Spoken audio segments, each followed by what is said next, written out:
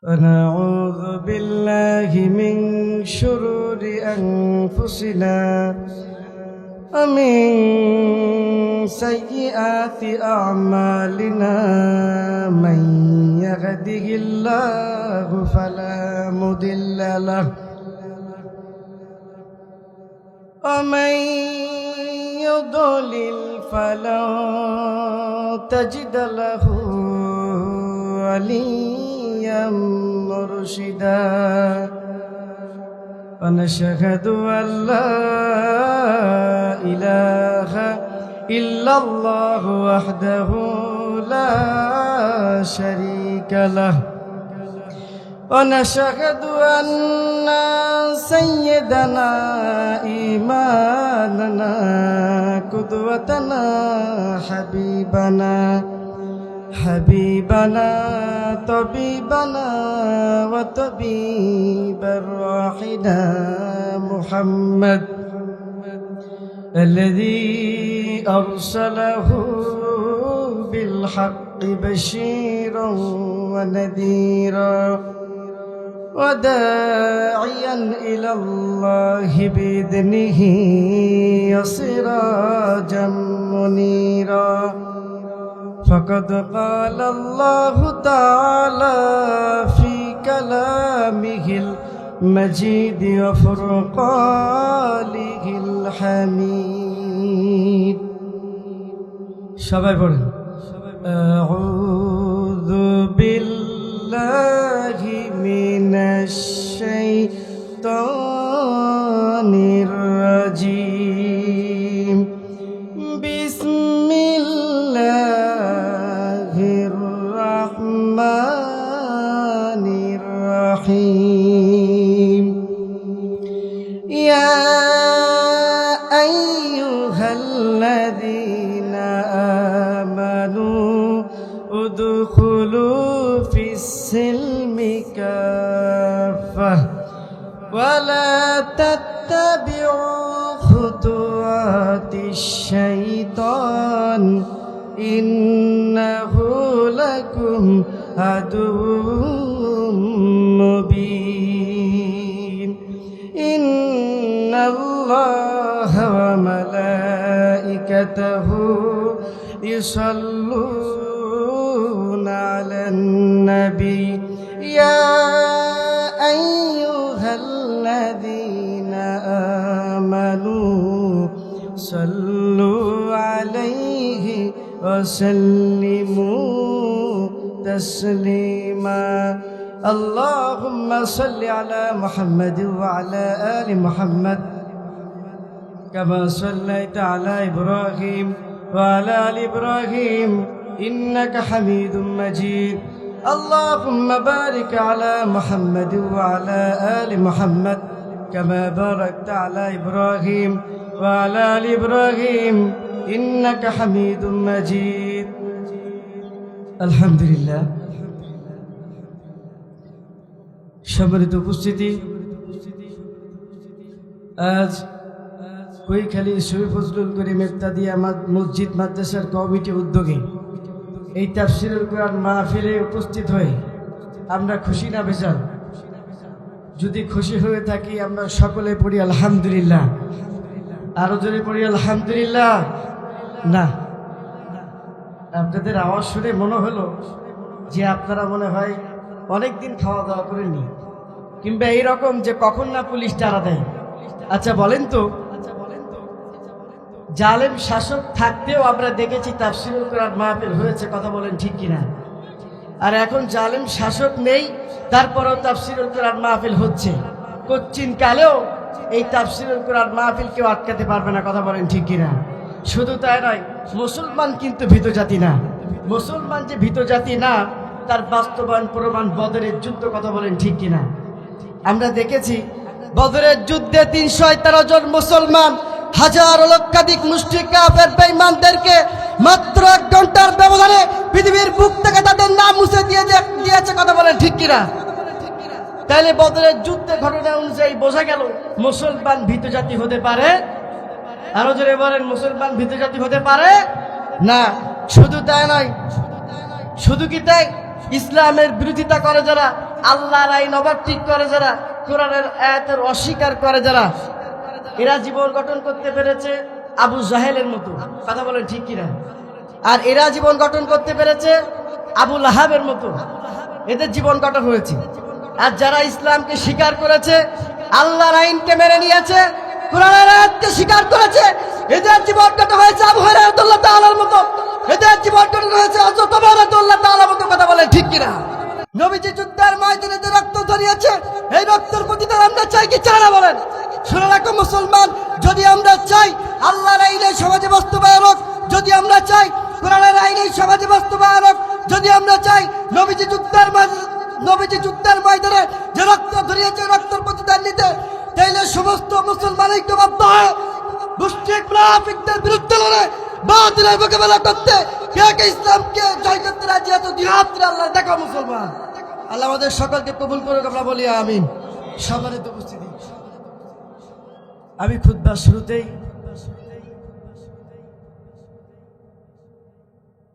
খুতবার শুরুতেই আপনাদের সামনে কুরআনুল কারীম থেকে সূরাতুল বাকারার 208 নম্বর আয়াত, আল্লাহ রাব্বুল আলামিন 1 নম্বর পারা, দ্বিতীয় নম্বর পারা, সূরাতুল বাকারা 11 নম্বর পৃষ্ঠা 7 নম্বর লাইন 208 নম্বর আয়াতে আল্লাহ রাব্বুল আলামিন কুরআনুল কারীমের ভিতরে 1 নম্বর থেকে 2 নম্বর পারা, সূরাতুল বাকারা 11 নম্বর পৃষ্ঠা 7 নম্বর লাইন 208 নম্বর আয়াত আল্লাহ রাব্বুল আলামিন বলেছেন, ইয়া আইয়ুহাল্লাযীনা আমানু উদখুলু ফিস-সিলমি কাফা। কার কথা? আল্লাহ বললেন, হে ঈমানদারগণ, তোমরা ইসলামের ভিতরে পূর্ণাঙ্গভাবে প্রবেশ করো। এই মাহফিলে আপনারা যারা উপস্থিত আছেন, আমি যদি কারোর কাছে প্রশ্ন করি তোমার ঈমান ঠিক আছে কিনা, বলবে হুজুর বিশ্বাস করেন 5 ওয়াক্ত নামাজ পড়ি না, তাই কি আমার ঈমান ঠিক আছে? কথা বলেন ঠিক কিনা? কিন্তু রাসূল সাল্লাল্লাহু আলাইহি সাল্লাম বলেছেন, হে আমার উম্মতেরা, তোমরা যদি নিজেকে ঈমানদার বলে দাবি করতে চাও, নিঃসন্দেহে ঈমানের 7টা স্তম্ভ মানতে হবে। কয়টা? আরো আসতে বলেন, কয়টা? 7টা। তার ভিতরে আমানতু বিল্লাহ, আল্লাহর উপর ঈমান আনতে হবে। আল্লাহ বলেছেন, আমানতু বিল্লাহ, আমার উপর ঈমান আনো, ওয়া মালাইকাতিহি, ফেরেশতাদের উপর ঈমান আনা, ওয়া কুতুবিহি, কিতাবের উপর ঈমান আনা, ওয়াল ইয়াউমিল আখির, আখিরাতের উপর ঈমান আনা, ওয়াল কদরি খাইরিহি ওয়া শাররিহি মিনাল্লাহি তাআলাল বাসি বাদাল মাউত, মৃত্যুর এবং মৌতের উপর ঈমান আনার কথা বলেছেন কে? এজন্য আমাদেরকে মৌতের উপর ঈমান আনতে হবে। আর শুধু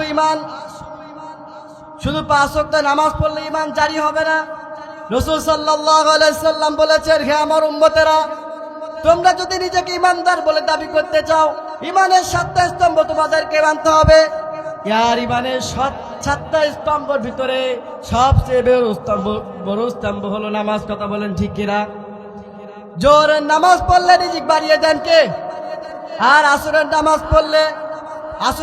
পড়লে শরীরের শক্তি প্রদান করে দেবেন কে? আর মাগরিবের নামাজ পড়লে যাদের সন্তান হয় না, সন্তান দেবেন কে? আল্লাহ বললেন, তোমরা যারা কোটি কোটি টাকার মালিক, ব্যবসা বাণিজ্য করো, ব্যবসায় ঘুমানোর সময় তোমাদের টেনশন চলে আসে যে কি হবে আগামী ব্যবসার। বালিশে মাথা দিলেও ঘুম আসে না, এরকম পোলা বানাইছে না নাই? বালিশে মাথা দিলেও ঘুম আসে না। আল্লাহ বললেন, তোমরা ঈশান নামাজ আদায় করো। ঈশান নামাজ আদায় করলে সুন্দর ঘুমের ব্যবস্থা করে দেবেন কে? এই জন্য ঈশান নামাজ জামাতের সহিত পড়বেন। কে হাত তুলেন? আল্লাহ আমাদের সকলকে কবুল করুক, আমরা বলি আমিন। আর শুধু নামাজ পড়লে হবে না, পিতামাতার খেদমত দরকার, আছে না নাই? আরো জোরে বলেন, আছে না নাই? পিতামাতার খেদমত করতে হবে। বুখারী শরীফের বর্ণনা, রাসূল বলেছেন, হে আমার উম্মতেরা, যদি তোমরা নিজের মায়ের দিকে লং সময় তাকিয়ে থাকো, রাসূল সাল্লাল্লাহু আলাইহি সাল্লাম বলেছেন, আমার যে উম্মত নিজের মায়ের দিকে লং সময় তাকিয়ে থাকবে আপন মনে, তার আমলনামায় কবুল হজের সওয়াব দিয়ে দিবেন কে? এই জন্য পিতামাতার দিকে খাস নিয়তে তাকাতে হবে। আর শ্বশুর শাশুড়ির খেদমত করার দরকার আছে না নাই? বুখারী শরীফের বর্ণনা, রাসূল বলেছেন, শাশুড়ির খেদমত করো, কারণ যে ঘরে শাশুড়ি থাকে ওই ঘরে কাবা শরীফের মতো বরকত দিয়ে দেন কে? এই জন্য আমাদেরকে শ্বশুর শাশুড়ির খেদমত করতে হবে, শুধু তাই নয় পিতা মাতার খেদমত করতে হবে, শুধু তাই নয়। আজ যেটা বললাম 5 ওয়াক্ত নামাজ পড়লে আল্লাহ 5টা ফজিলত দিয়েছেন, 5 ওয়াক্ত নামাজের আল্লাহ 5টা পুরস্কার দিয়েছেন। আল্লাহ বললেন জোহরের নামাজ পড়ো, রিজিকের ব্যবস্থা করে দেব। আর রিজিকের মালিক যে আল্লাহ, ছোট্ট উদাহরণ দিলে আপনারা বুঝবেন। তাফসীর ইবনে কাসিরের বর্ণনা, মক্কা নগরীর সবচেয়ে বড় চোর ছিল আলী ইবনে সুদাইদ। এই আলী ইবনে সুদাইদ একদিন চুরি করার পরে আলী ইবনে সুদাইদের খুব কষ্ট হয়ে গেল। আলী ইবনে সুদাইদ তার লেটেলদেরকে বলল, শোনো, আজকে চুরি করার পরে, ডাকাতি করার পরে আমার খুব কষ্ট হয়ে গিয়েছে। আলী ইবনে সুদাইদের একটা অভ্যাস ছিল, 5 ওয়াক্ত নামাজের 1 ওয়াক্ত নামাজ আলী ইবনে সুদাইদ কাজে দিতেন না। এই আলী ইবনে সুদাইদ যখন চুরি করলেন, ডাকাতি করলেন, খুব কষ্ট হয়ে গেল। আলী ইবনে সুদাইদ তার লেটেলদেরকে বললেন, শোনো, আমি একটু বিশ্রাম নিব, তোমরা আমারে পাহারা দিবা। আলী ইবনে সুদাইদ তার লেটেলদেরকে বলে পাহারা দেওয়ার ব্যবস্থা করলেন। আলী ইবনে সুদাইদ একটা গাছের নিচে বিশ্রাম নিলেন। আলী ইবনে সুদাইদের হঠাৎ ঘুম ভেঙে গেল। এইবার আলী ইবনে সুদাইদ ঘুম ভাঙার সঙ্গে সঙ্গে আলী ইবনে সুদাইদ গাছের উপরের দিকে তাকালেন। তাকিয়ে দেখলেন একটা অন্ধ সাপ, একটা পাখি একটা অন্ধ সাপকে খাওয়ান দিচ্ছে। আলী ইবনে সুদাইদ অনেকক্ষণ তাকিয়ে রইলেন। কিছুক্ষণ পরে আলী ইবনে সুদাইদ অনেকক্ষণ তাকানোর পরে তার লেটেলরা বললেন, কি ব্যাপার, তোমরা এই গাছের দিকে তাকিয়ে আছো কেন? তখন আলী ইবনে সুদাইদ বলতে লাগলো যে আমি দেখেছি রব একটা পাখির মাধ্যমে অন্ধ সাপের খাওয়ানোর ব্যবস্থা করে দিয়েছে, আর আমরা 18 কোটি মাখলুকাত। তার ভিতরে আলী ইবনে সুদাইদ বলেছে, শোনো, আজকে থেকে আর চুরি ডাকাতি করবো না। আলী ইবনে সুদাইদ লেটেলরা বললেন, বস আপনি কোন কি, যদি আমরা চুরি ডাকাতি না করি আমরা খাবো কি? তখন আলী ইবনে সুদাইদ বললেন, ওই গাছের দিকে তাকাও। আলী ইবনে সুদাইদের কথা অনুযায়ী লেটেলরা গাছের দিকে তাকালেন।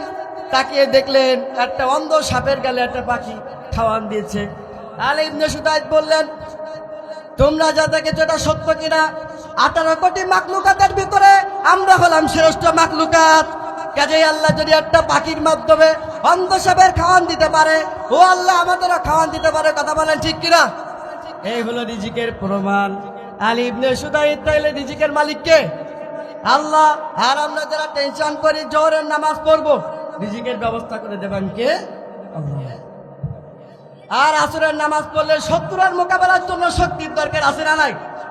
আরো আসতে বলেন, আছে না নাই? শত্রুর মোকাবেলা করতে শক্তির দরকার আছে। আল্লাহ বললেন, আসরের নামাজ পড়বি, তোর গায়ে শক্তি প্রদান করে দেবেন কে? আর মাগরিবের নামাজ পড়লে যাদের সন্তান হয় না, মাইজ ভান্ডারির কাছে যায়, বাবা আমার একটা সন্তান দাও। কথা বলেন ঠিক কিনা? বিভিন্ন বাবার কাছে গিয়ে জীবনটাই তো। আল্লাহ বললেন, তোদের যাদের সম্পদ হয় না, সন্তান হয় না, মাগরিবের নামাজ আদায় কর, সন্তানদের ব্যবস্থা করে দেবেন কে? আর যাদের ঘুম হয় না, আল্লাহ বললেন, এসার নামাজ জামাতের সহিত আদায় করবি, তোর ঘুমের ব্যবস্থা করে দেবেন কে? আর 5 ওয়াক্ত নামাজের 1 ওয়াক্ত নামাজ কেন দেওয়া যাবে না?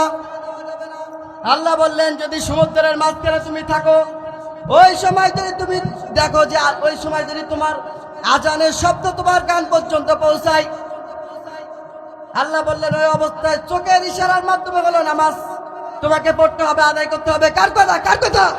আল্লাহ। এর জন্য আমাদের জীবন থাকতে, গায়ে রক্ত থাকে, 1 ওয়াক্ত নামাজ কেন দেওয়া যাবে না? কথা বলেন ঠিক কিনা? শুধু তাই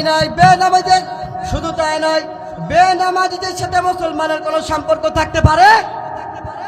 বেনামাজিদের সাথে আমাদের কোনো সম্পর্ক থাকবে না। মুসলমানের সম্পর্ক থাকবে নামাজওয়ালাদের সঙ্গে। মুসলমানের সম্পর্ক কখনো মুনাফিকদের সাথে থাকতে পারে না। কথা বলেন ঠিক কিনা? যারাই নামাজ কালা দেয় এরা হলো মুনাফিক। আর ইমাম সাহেবের ভুল ধরে আসে না নাই? ইমাম সাহেব 5 ওয়াক্ত নামাজে সুদ ঘুষির তেলাওয়াত করেন, সুদ ঘুষির আয়াত তেলাওয়াত করেন, কিন্তু ওতে আমাদের কোনো দ্বিধাবোধ নেই, কারণ ওটা আরবি, ওর অর্থ তো আমরা জানি না।